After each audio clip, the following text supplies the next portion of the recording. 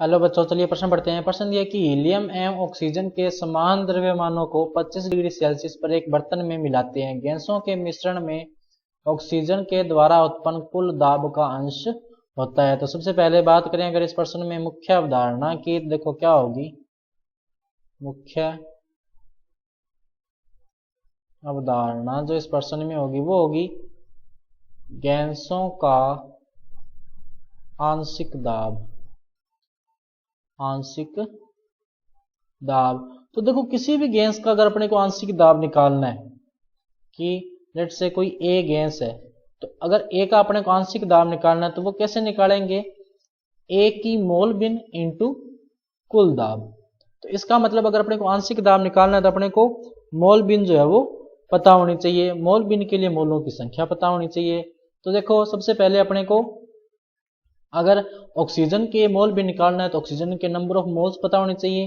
तो देखो ऑक्सीजन के मोल्स कितने होंगे, NO, उसकी ग्राम में मात्रा बटे उसका अणुभार, बटे में क्या होगा उसका अणुभार। ऑक्सीजन का देखो कितना होता है, ऑक्सीजन अणु की बात कर रहे हैं तो कितना हो जाएगा 32। O2 की बात करें, हीलियम के देखो मोल्स कितने हो जाएंगे, क्योंकि इसने देखो एक बात बोली समान द्रव्यमान, यानी ग्राम में मात्रा क्या रहेगी समान, बटे हीलियम का कितना हो जाएगा 4। अब अगर अपने को मोल बिन निकालनी है किसकी, ऑक्सीजन की, क्योंकि तभी तो अगर अपने यहां से देखें अगर ऑक्सीजन का अपने को आंशिक दाब निकालना है तो कैसे निकालेंगे, ऑक्सीजन की मोल बिन इंटू कुल दाब पी।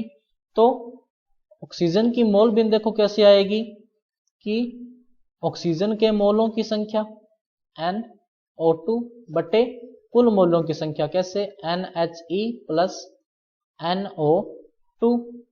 ऑक्सीजन के मोलों की संख्या देखो कितनी है G बटा 32 बटे कुल मोलों की संख्या कितनी हो जाएगी G बटे 4 हीलियम के मोलों की संख्या प्लस G बटे 32 ऑक्सीजन के मोलों की संख्या। देखो कितनी हो गई ये, इसको जब हल करेंगे तो ये कितना आ जाएगा 1/9। इसका मतलब जो आंशिक दाब होगा किसका, ऑक्सीजन का, वो देखो क्या हो जाएगा 1/9 इंटू पी, यानी कुल दाब का कितना होगा वो 1/9 भाग। तो सही विकल्प कौन सा होगा, विकल्प नंबर सी। तो बच्चों ये था आपका उत्तर। मैं आशा करता हूं आपको समझ में आया होगा। धन्यवाद।